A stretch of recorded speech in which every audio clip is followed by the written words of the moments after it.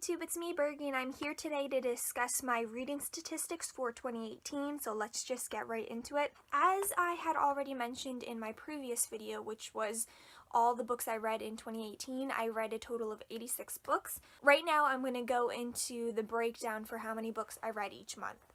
So, in January, I read 10 books. In February, I read 4. March, I read 10. April, I read 5. May, I read 8. June, I read 6. July, I read 9. August, I read 11. September, I read 4. October, 6. November, 4. And December, 9. So, the least amount of books read were in the months of February, September, and November, and that's kind of expected because those are kind of the busiest months during my semester. So obviously I wasn't focused as much on reading as I was on doing schoolwork done. The most amount of books I read in a month was in August with 11, and again, that's not really a huge surprise because I had finished with my internship, so I wasn't really doing much. What I'm kind of the most surprised about is that I didn't read as much in December. I only read 9 books, which is kind of in the middle of how many books I read per month. I think it was because I was really stressed, not only with the end of the semester, but with the coming of the holidays, and I wanted to spend more time with my family, so I wasn't spending as much time reading. And I think I also just wasn't picking up books that I really wanted to read. During the time I'm home, I usually go to my library and I try to pick up more nonfiction, and I think the nonfiction I picked up wasn't as quickly readable as maybe some other nonfiction that I have picked up in the past, so that might have accounted for it. So I don't know, I'm kind of surprised and not disappointed, but kind of sad that I didn't read more in December. Anyway, let's go into the gender of the authors I read. So I read 36 and a half books by male authors and 48 and a half by female. One author I did not know what sex they were because it was a arc that I had read and it was like initials for the person, and also that name wasn't the author's real name, it was just a pseudonym, so I couldn't find any information about them. I for some reason I think they were a female, like I just get that feeling that they were, but I didn't want to impose that just in case I was wrong. So there was 36 and a half male, 48 and a half female, and 1 unknown. I'm pretty proud of the distribution for this because I feel like I usually read more male authors, so the fact that the female authors are more, I'm pretty proud of. Although I would, again, kind of like it to be a little bit more even, but it's not bad at all. As for how I read them, I read 41 books that I owned and 45 books from my library. I'm actually really pleased with this because it is so close, but maybe for this coming year I'd like to read a little bit more from my own books that I own rather than reading more from the library. Now, as for the reading level, 35 books were adult novels, 6 were new adult, 31 were YA, and 14 were children/middle grade. I'm actually pretty pleased with this section as well. Maybe it might be a goal of mine to read a little bit more adult and less YA, but overall I'm pretty pleased with how this kind of divided up. So then, publication dates, I read 1 book from the pre-1800s, and I can tell you right now that was Utopia by Thomas More, because I think that was written in the 1500s, I want to say. That might be a little off, but it was, of course, before the 1800s. I read 5 books published in the 1800s. I'm pretty sure all of those were the Jane Austen books that I read. I read 8 books from the 1900s. I read 15 from the 2000s and 57 from the 2010s. I'm kind of disappointed in this because I would have liked it to be a little bit more spread out. Definitely the majority of the books I read were from 2000 or later, and I kind of want to fix that. I'm not saying to make it all even, but I would like to bump up the 1800s and 1900s at the very least up a couple of books. And of course it would be nice to read more books before the 1800s, published before the 1800s. But I'm not too surprised with that because I did read a lot of books that were newer and I read a lot of arcs So that definitely added to the newness of the publication dates I read. As for genres, so I separated them into fiction and nonfiction. I didn't really add up as I'm filming this how many were fiction and how many were nonfiction. Well, I guess I can do that right now. So I read 8 nonfiction, meaning I read 72 fiction and 8 nonfiction. So for fiction, I read 22 fantasy, 13 science fiction, 4 suspense, 2 mystery, 2 horrors, 14 mythology related books, 2 thrillers, 10 contemporaries, which I'm pretty surprised about, 7 literary/classical fiction, and 2 historical fiction. With these, I'm not surprised that fantasy and science fiction are the highest amount because I love science fiction and fantasy and that's my priority. Same with the mythology. I'm not surprised that that is as large as it is because I did read a lot of Rick Riordan's books. And I am surprised with the contemporary, although I really shouldn't be because I did read a whole bunch of the Princess Diary books by Meg Cabot, so that's where most of them are coming from. I guess for the coming year, I would like to make it a little bit more distributed, although saying that, I know I'm going to continue reading a majority of fantasy and science fiction books, but maybe I'd like to up each of the other categories by 1 or 2 books.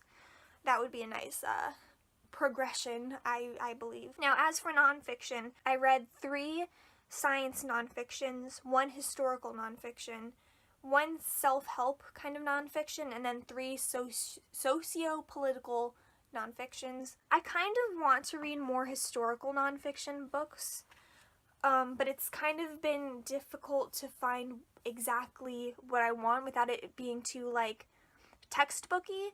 I did really enjoy the one that I read this year, which was A People's History of the United States by Howard Zinn. That was really good.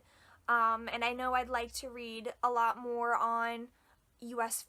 History and also just like Greek history and books about specific countries that I'm interested in. And I do have a couple that I own, so hopefully I'll get to those maybe this year. Otherwise, if you guys have any suggestions for historical nonfiction, that would be great. I know someone left a comment in one of my other videos about who I should check out for historical nonfiction, so I definitely will. I kind of also want to increase the number of self-help books I read because I want to, 1, see if they do any good, and if they do, I want to actually implement some of the stuff that I'm reading about because it might better my my life. Also with the socio-political, that I want to increase as well, and I kind of want to, really with all of the nonfiction I read, I want to kind of take notes and do kind of like research videos so that way I can like get a more well-rounded view about a specific topic. So as for ratings, I rated 0 books 1 star, I rated 3 books 2 stars, I rated 16 books 3 stars, 45 4 stars, and 22 5 stars, which I'm pretty surprised about. I thought I had more of a meh year than a good one, but obviously my ratings say otherwise. I know in the previous video, what I read in 2018, I did say that I was kind of generous with a couple of books, so that might be why I feel like I read more meh books than good.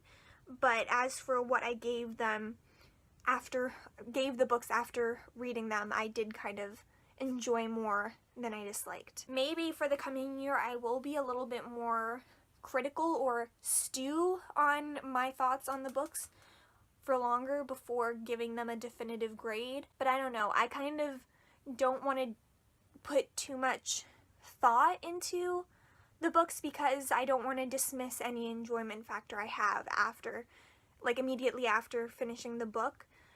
But at the same time, if that enjoyment doesn't last, does it deserve that high grade that I might have given?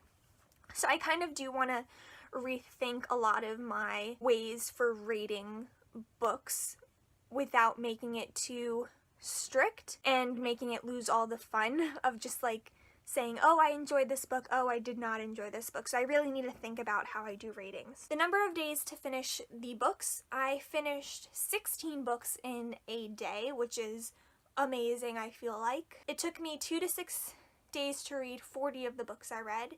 It took me between 7 and 12 days to read 20 books, and it took me 13 plus days to read 10 books. If I want to really increase the number of books I read, I need to try to cut down my reading time, because I spend a lot of time, well, not a lot of time, but a good chunk of time spending above 7 days with reading a book. So that means basically I'm reading between 1 and 2 books a week, and if I want to increase that number, I need to cut down the time a little bit, just a little bit, because I'm right on the cusp of reading 2 books a week, and if I do that, I should be able to get 100 and something, 104, but I haven't been getting that number, so I need, if I want to increase it, and I'll just need to to spend a little less time faffing around with books, or maybe just try to start reading more books at a time, even though I'm not a fan of that.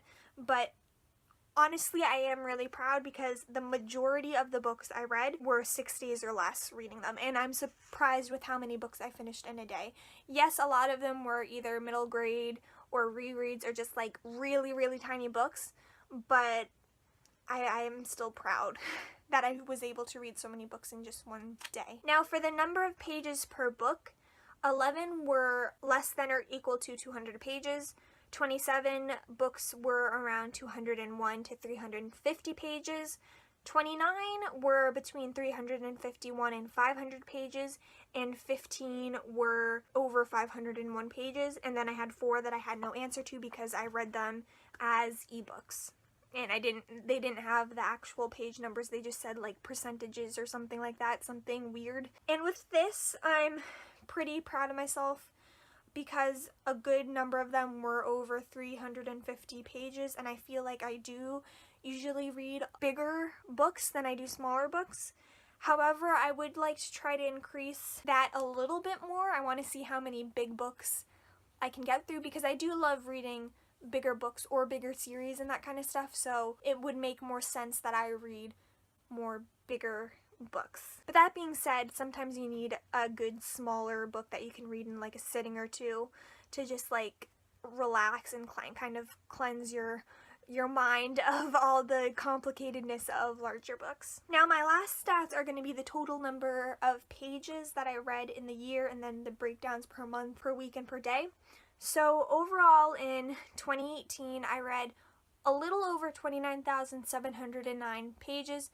The reason why it's a little over is because, again, with my ebooks, I couldn't calculate how many pages, so it is probably closer to 30,000, but definitely not over, I don't think. Which, again, that would be kind of another goal, try to get over 30,000 pages read. So that number then would be around 2,476 pages each month, which would then equal around 571 pages each week, which is actually, I think, really surprising for me, because for the majority of the year I am doing schoolwork and have to focus on school and just like working for my job. So the fact that it averages out to around 571 pages each week is amazing, I think. And then for each day, I read about 81 pages each day, which again is kind of, I think, a good thing. Although I would like to try to make it so I read on average around 100 pages each day. But yeah, so those are the statistics for my reading of 2018. I know this was very numbery and might have been a little bit boring, but I always find it interesting, the different statistics, and I love recording them just to see how well I do at reading each month, seeing why potentially I read less in a month or more in a month, and then just seeing how many, like, the actual reading I do, like the gender of the people, the reading level, the publication dates, and also seeing how much I use my library. Obviously, because 45 were borrowed, I use my library a lot, and I definitely am proud of the fact that I use my library instead of buying a shit ton of books. But that being said, I still have like a ton of books that I do own that I haven't finished or read, and so I would like to maybe up that just a little bit more. And yeah, overall I am really proud of myself. I just am definitely seeing that I have been getting better each year. This is the first year though that I've actually successfully kept up with my statistics for the year, because I write them all down in like my journal right here. And I definitely am going to be doing this again for 2019, because I do find it very fascinating to see, and then it's a great way to try to improve what I'm doing with my reading. But yeah, I'm rambling now, so I'll see you guys in my next video, which will probably be my top 5 favorite books that I read in 2018, followed by my top 5 worst books that I read in 2018. So I hope you guys will stay tuned for that, and I'll see you guys then. Bye!